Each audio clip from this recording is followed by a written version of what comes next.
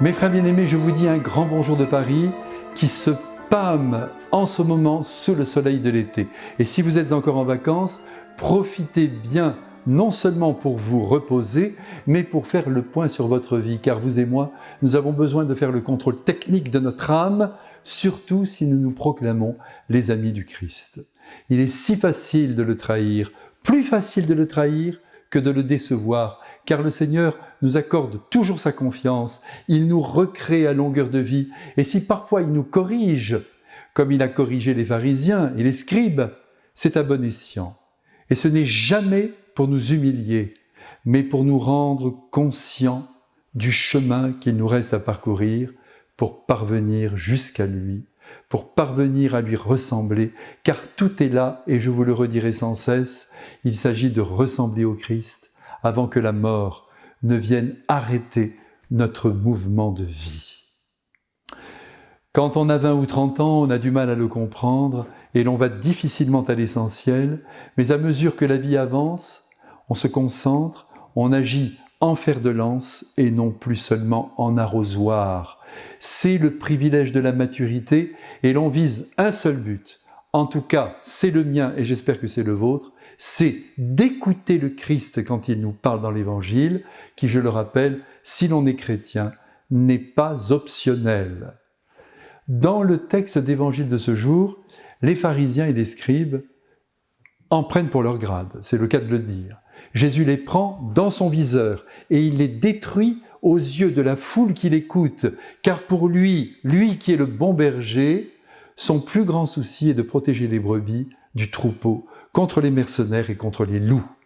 Certes, il essaie de faire évoluer les autorités religieuses du pays, il aimerait qu'elles adhèrent à son enseignement et revoient leur manière de conduire le peuple, mais la chose est si difficile qu'il préfère mettre en garde les petits, les humilier, les dévaloriser, les accabler contre les scribes et les pharisiens qui imposaient aux autres sur le plan religieux ce qu'ils ne vivaient pas eux-mêmes. Écoutez-les, dit-il, mais ne faites pas comme eux. Ils mettent sur vos épaules de lourds fardeaux qu'ils ne soulèvent pas eux-mêmes. Et cela, malheureusement, nous arrive à nous aussi. Et l'on se justifie en disant que c'est notre mission de père, de mère de famille et même de prêtre de dire aux enfants ou aux fidèles dont nous avons la charge ce qu'il convient de vivre. Eh bien, cela n'est pas la manière du Christ. Et non seulement ce n'est pas sa manière, mais il la condamne.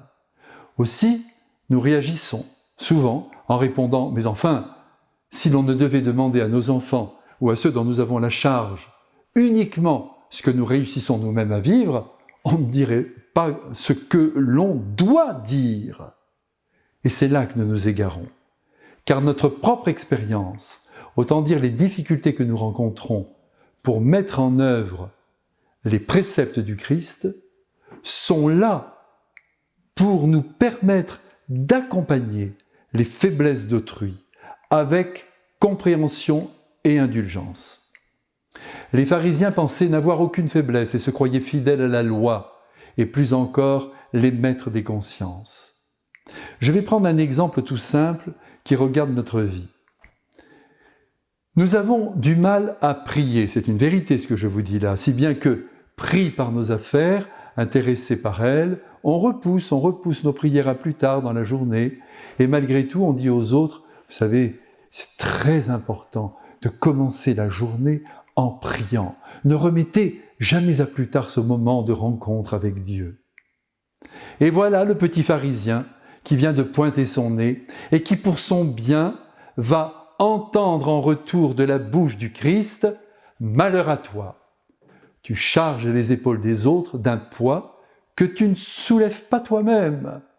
Tu crois former les autres en ajoutant exigence sur exigence à leur vie et tu oublies que c'est ton témoignage d'amour et d'indulgence et de prière aussi qui transforme les êtres et leur donne envie de me faire confiance et de me prier. » Mes frères bien-aimés, n'exigeons jamais des autres ce que nous ne vivons pas nous-mêmes et nous serons bénis par Dieu.